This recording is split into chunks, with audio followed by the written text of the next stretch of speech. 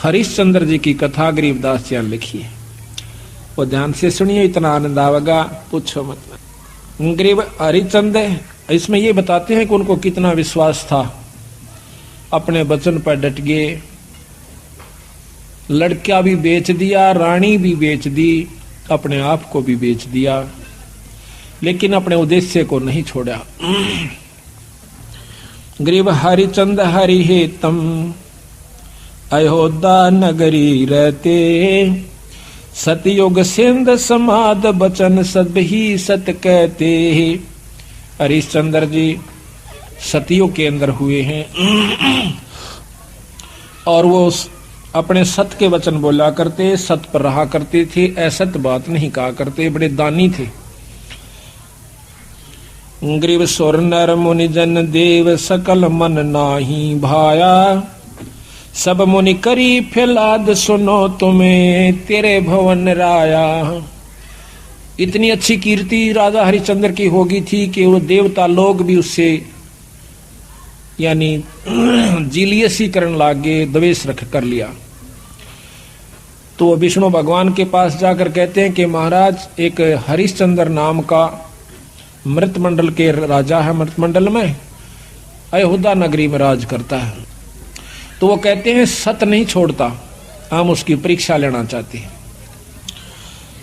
Grieve सोर नर मुनि जन देव सकल ना भाया, सब मुनि करी फैलाद सुनो तुम त्रिभुवन राया। ग्रीव सत बाक सत ही कह, ये सत ही पूजा ध्यान, सत ही सारा कर्म है, सत के चले विमान। ग्रीव सोर नर मुनि जन देव फैलाद लगाई भारी, सुनो विशंबर नाथ हरिचंद्र हैं अधिकारी। गरीब कहें विशंबर नाथ सुनो क्या कि जय देवा, वह हरिचंद्र सतलीन करते हैं सब की ही सेवा।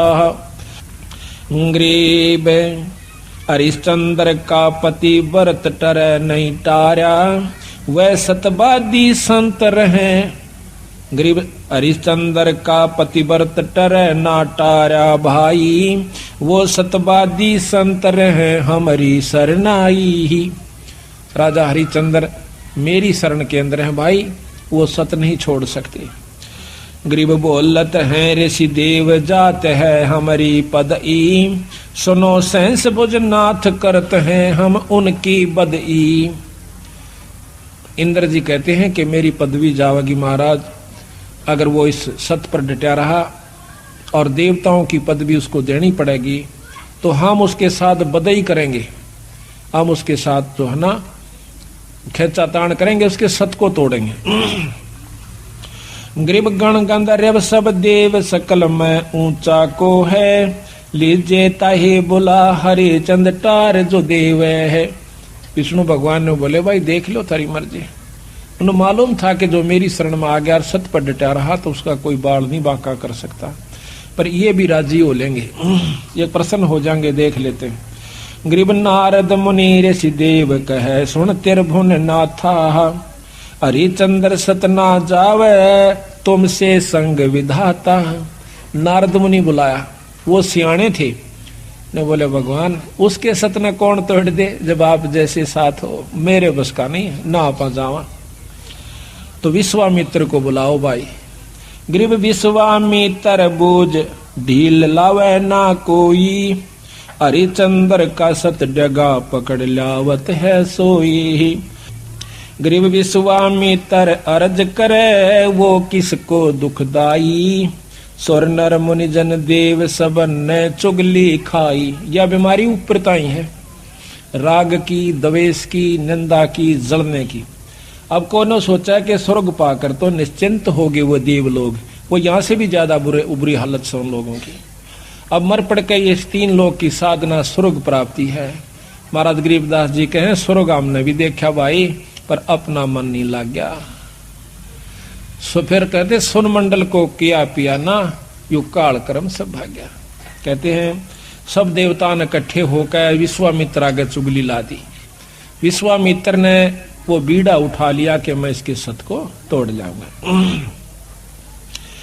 गरीब लेकिन वो भी पूछे से कि भाई वो किसने दुख दे से, क्यों दुखी करो बेचारे ने। तो सबने चुगली निंदा कर करा के और वो श्रृंगार दिया। गरीब सबे कहें ऋषि देव हरिचंद जो डगाई, विश्वामित्र आण बीड़ा जो लिया उठाई, गरीब अबिया तबिया त्रास दीजियो हमरे ताही। ये 3 प्रकार के दुख होते हैं प्रताड़ना करने के, जो कि गुप्त रूप से संत छोड़ देते हैं और वो परेशान हो जाता है।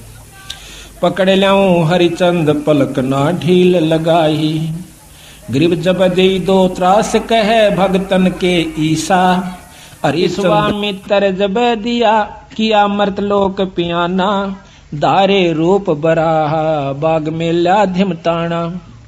विश्वामित्र ने एक सुअर का रूप बनाया, जंगली सुअर का। राजा हरिचंद्र का एक बहुत कीमती बाग बहुत प्रेम से लगवा रखा था, उस सुअर ने वो सारी बगीची उखाड़ दी, नीचे हुड शरीर अपना मुंह देवे और उथल पुथल कर दे। को जावे नजदीक उस माली ने या उनको खाने भाजे, यानी तीर भी मार लिए, उसका कोई असर नहीं हुआ।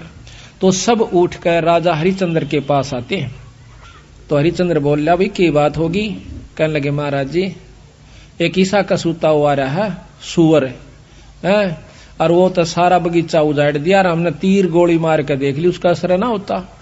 तो कहते हैं राजा हरिचंद्र ने खुद घोड़ा पिड़वाया, उसके ऊपर अपना अग्नि बाण लेकर अगर के बाण लेकर के बैठ गया और सेना भी साथ चढ़ ली। एकदम राजा हरिचंद्र जब आवे से वो सुअर उसमें से निकल कर भाग लेता है। राजा हरिचंद्र इतना तेजी से भागता है, सेना तो बहुत पीछे रहेगी, वो आगे चले जाते हैं। वहां जाकर के विश्वामित्र एक ब्राह्मण का रूप बना ले से, और एक लड़की और एक लड़का दो अपनी सिद्धि से तैयार कर देता है। उस लड़की को राजा के पास ले आवे, हाथ जोड़ कर न्यू कैसे, हे राजन, हे एक क्षत्रिय, एक विपर का काम कीजिए। अक महाराज एक यहाँ पर शायर आया था, अकमन ना बेरा शायर सुर का, पर मेरा काम कर महाराज, किधर छुप गया होगा कित पाओगा तनव के काम से भी परवर के एक कन्या है ये, इसका ब्याह करना से कुछ कन्यादान करना चाहिए था, कोई व्यक्ति नहीं मिल रहा था, आप आगे धन्य है। राजा हरिश्चंद्र आप तो सतवादी हो, आप क्षत्रिय हो, ये गरीब कन्या एक ब्राह्मण की लड़की का ब्याह हो रहा है, इस पे कृपा करिए। जो बोले महाराज जी ठीक से स्नान कर ले, नहा धो लिया। कहते हैं कि इनका पति कहाँ है उसको बुलाओ। उसी समय वो लड़का बुला लिया, फेरे करवा दिए। कहने लगे इनको कन्यादान दे, 7 असरपी दे दी, लेकिन कन्या नहीं कर मांडा, ऐसे नहीं करा। तो वो कहता है हरिश्चंद्र कि तू राजा होकर और 7 असरपी दिखावे, तेने शर्म नहीं आती, तुझे श्राप दे दूंगा। हरिश्चंद्र कहे महाराज नो ना कर, या मैं थोड़ा लेके आया था, जल्दी में था, आप चलो जितना चाहो सो ले लो। कदे वहां मुकर जा, अक नहीं मुकरूंगा, अक लिख कर दे दे। क्या लिखवाओ? अक आपका सारा राज मेरे नाम लिख दे, वह पैसे दे देना तन दे दूंगा। कदे उड़ा जाकर राजापन दिखावा, तो उसी समय लिख दिया कि मैं सर्वस्व अपना राज और इसको देता हूं, ब्राह्मण के नाम करता हूं, विपर के नाम। वापस आ जाते हैं, आगे आके राजा को ने बोला बैठ घोड़े पे, घोड़े पे बिठा के अगली तरफ और पाछा वो पंडित जी बैठ गया विश्वामित्र, राजा को गले से पकड़ लिया आगे थे, अब तो मेरा बंधुआ हो गया। अब सैनिका ने देखा कि राजा को अरे को ऋषि पकड़े बैठा, तीर चढ़ा लिए। राजा ने बोला कि या तीन मना कर दे, क्यों मरवा है मुझे, ना अपना वचन हार जा। सब उसको कह दिया कि चुप भाई मारो मत, नहीं इसका कोई कसूर नहीं है, मैंने लिख कर दे रखा इस टाइम। तो ने बोला राज मेरे नाम हो लिया, बता कितने देगा वो? 70 जो है ना 100 असरफी चाहिए थी, 100 बार। वो बोला वो भी दूंगा। ने बोला कितने देगा? तो हार जा अपने बच्चन ने कह दे मैं नहीं दे सकता। ना ये नहीं कह सकता, कुमा के दूंगा, कुमागा 100 असरफी इतने 10 साल में भी ना कुमाई जा। ने बोला महाराज हमने बेच दे सारे परिवार ने चल के, तेरे पैसे जरूर दूंगा मां। तो उसी समय रानी को पकड़वा लिया और उसके बाल पकड़ लिया विश्वामित्र। राजा कति नहीं कसक्या, और रानी को मतलब राजा को भी बहुत परेशान कर दिया अपनी सिद्धि से। तो फिर भी ने बोला विश्वामित्र के अब भी राजा अपने वचन ने छोड़ दे, मैं दोनों वन छोड़ दूंगा। कहते हैं वो रानी कहती है कि महाराज नजर नजरा में ऐसे ढंग तक कह रही है कि वचन मत हारना, वचन साधन नहीं है, और चाहे जीत मर जाओ पर आप वचन नहीं हारांगे। रानी ने भी ये प्रण करके यानी उसको सहारा दिया। उसको ले जा करके काशी में ले जाता है, अयोध्या में चौकी बिठा दी यानी अपना राज बिठा दिया। अयोध्या में आकर के उसको बेचता, काशी में आकर बेचता है। राजा लड़के को और रानी को एक ब्राह्मण ले लेता है, हर हीरा नाम का। 50 बाहर के अंदर 50 जो भी असरफी थी या जो न देना था उसके रूप में। फिर आप जाकर के एक भंगी के पास जाता है। वो कहता है कि तूने मुर्द फरोश का काम करना पड़ेगा। क्या काम है महाराज? कि जो भी आवे मुर्दा उससे कफन उतार लेना ना, उसको 1.25 रुपया लेना है उससे टैक्स का। बोला अच्छा जी ठीक है, अगर छोड़ दिया तो तेरे से ले लूंगा। बिल्कुल नहीं छोड़ूंगा, ठीक है। कई दिन तक भूखा भाना बैठा रहा। एक कहते हैं हफ्ते के बाद वो कालिया नाम का झिमर मुर्द फरोश वो आता भंगी वहां पर, कहता है कि हरिया कहा महाराज तने भोजन नहीं खा रहा? महाराज आपने भोजन की कही नहीं थी। कहाँ खाऊं? ओ तेरे की, एक दुकान बता दी कि वहां से ले आ और अपना खा लिए, पैसे का हिसाब मैं आप कर दूंगा। तो वहां जाकर के वो क्या करता है, भोजन ले लिया एक व्यक्ति का। इतने में विश्वामित्र आके एक भिखारी का ब्राह्मण का रूप बना के कहता कि महाराज मैं भूखा सा, भोजन दीजिए। तो कहने लगा विप्र आधा ले ले, भला हो तेरा सारा दे दे, मैं तो भूखा मरू सू, आधे में काम नहीं चला विप्र राजा महाराज। कहते हैं हरिचंद्र ने वो सारा उठा के दे दिया, नौका न्यू बैठ गया।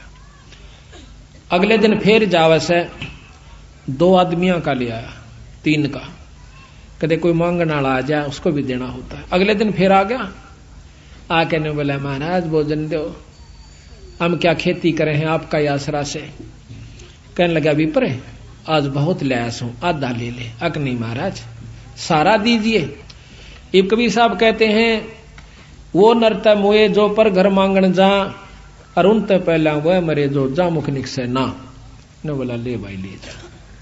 15 दिन बीत गए, रोटी नहीं खाई, दुर्बल शरीर हो गया। और उधर से रानी आती है पानी लेने के लिए ब्राह्मण का, और उस घाट पर जब वह पानी भर आई तो उठा को नहीं घड़ा। रानी कहती है कि महाराज ये घड़ा उठवाइए।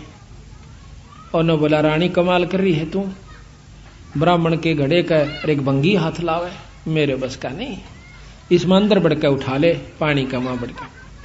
यहां थोड़ी सी विपरीत कथा हमने सुनने को मिला करती थी कि घाट पर रानी पानी लेने गई थी कुएं पर, और वहां पर यह भी आ गया था पानी लेने के लिए। नहीं, ये गलत है। गरीबदास महाराज ने जो लिखी है वो सत्य है, क्योंकि इन लाखों वर्ष पहले की रामायण भी जो की तो मिलती है बंदी छड़ की। तो वहां पर रानी आई थी पानी लेने की खातिर। तो हरिचंद्र ने कहा कि अंदर पानी में डुबकी लगा करके घड़ा उठा लीजिए। घर आ जाती है। कुछ दिनों के बाद लड़का रोहतास उस पंडित जी की खातिर फूल लेने जाया करता था। वो रोजाना फूल ला करके पंडित जी को दिया करता था। वो अपने देव के ऊपर, अपने इष्ट के ऊपर पूजा किया करता था। एक दिन कहते हैं रोहतास फूल लेने के लिए जावा है, विश्वामित्र वहां पर एक सर्प का रूप धारण करके वो छोरे को डस लेता है।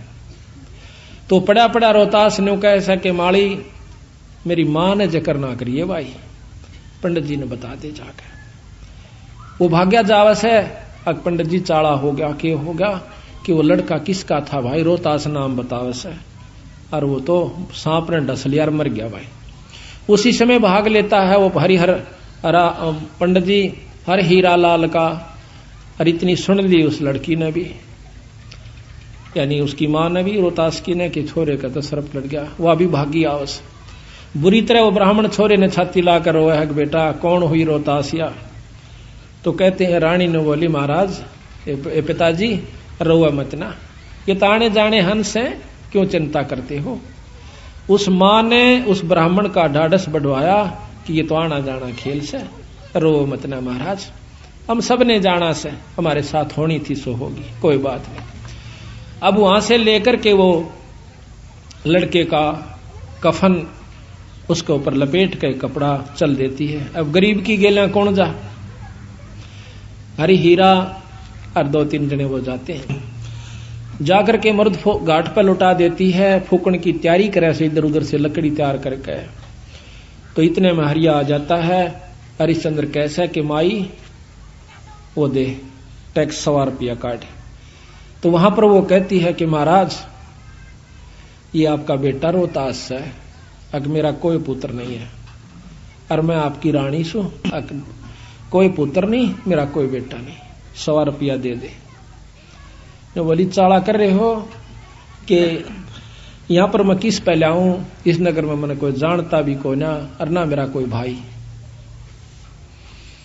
इतनी कहकर रो पड़ती है, कहने लगे अड़ ये को नहीं चल, 100 रुपया दे दे, मैं नौकर प्रयास हूं आज। तो वो कहती है कि मेरे पास पैसा नहीं, कफन उतार लेता है और नो कहकर वह पागल हो जाती है और उस लड़के की लाश को पानी में डाल देता है। वह रोती हुई सिर पागल होगी, अकीब रह भी के गया, पति विमुख, पुत्र है नहीं, पागल होगी, सिर के बाल पाड़ती हुई। और फिर विश्वामित्र ने क्या करा, एक अंधी चला दी, जंखाड़ चला दिया। कौन जावा गरीब की गेला, सब आप अपने घर न टल गए। वह जाकर के एक मंडी में सिर छुपा लेती है, पड़ी पड़ी रोए, बेहोश हो जाती है। उधर से विश्वामित्र ने केक रहा, एक बहुत बड़े अधिकारी का लड़का एक बाघ का रूप बनाकर, चीते का रूप बनाकर छोरा मार दिया, पाट दिया और भाग गया लेकर के। वो ढूंढ पड़ी, जब वो विश्वामित्र ही दूसरा रूप बनाकर कहता है कि आजो मैं बताऊंगा थारे छोरे ने एक डायन ने खा लिया। और क्या करा विश्वामित्र ने, एक पशु की को खत्म करके और उसका आगे उसके हाथ पांव खून खान लगा के घेर दिया और उसके मुंह का खून लगा दिया। बेहोश पड़ी थी वह रोहतास की मां तारावती। तो सारे उस राजा को, नवाब को, अधिकारी को, सैनिकों को लेकर के वो विश्वामित्र उस मंडी में ले जाकर दिखावा से कि यह पड़ी डांड और हाथ मुंह तलिए खा और ये बाकी हाड हुड पड़े से। उसी समय कहता है राजा के बुलाओ हरिचंद को, जल्लाद को, इसकी शर्त उतार दे। कालिया को कहा कि कालिया इसका सिर उतरवा दे, क्योंकि वो सारे काम उन्हीं से जल्लाद रूप में भी वही क्या करते थे। उसी समय राजा हरिचंद्र को, क्यों नौकर था वो कालिया का, कि हरिया कि हाँ महाराज, कि इस डांड का सिर काट दे। अभी महाराज पकड़ कर बाल और तलवार ने मारने लग गया। पीछे से भगवान विष्णु ने तलवार पकड़ ली। ने बोला हरिचंद सफल हुआ। कौन सा भाई? कि भगवान विष्णु अग्नि। भगवान बहुत दिन हो गए छुप कर रहते ने, सामने आ जाओ ना, छोड़ दो तलवार ने, प्रगट सामने आ जाते हैं। कि मांग हरिचंद के मांगा है कि महाराज जब दर्शन हो गए, मांगन ने भी के रह गया मेरे पास, कि फिर भी मांग भाई। अक आप पक्का वचन भर लो, कदे फिर जाओ। अक वचन भर लिए। ने बोला सारी काशी पार होए और या बांदी जीवित हो, ठीक हो, और इसका छोरा जीवित हो जा, और विमान में बैठ कर जा, यहाँ के काशी के पशु और पक्षी भी स्वर्ग में जाने चाहिए।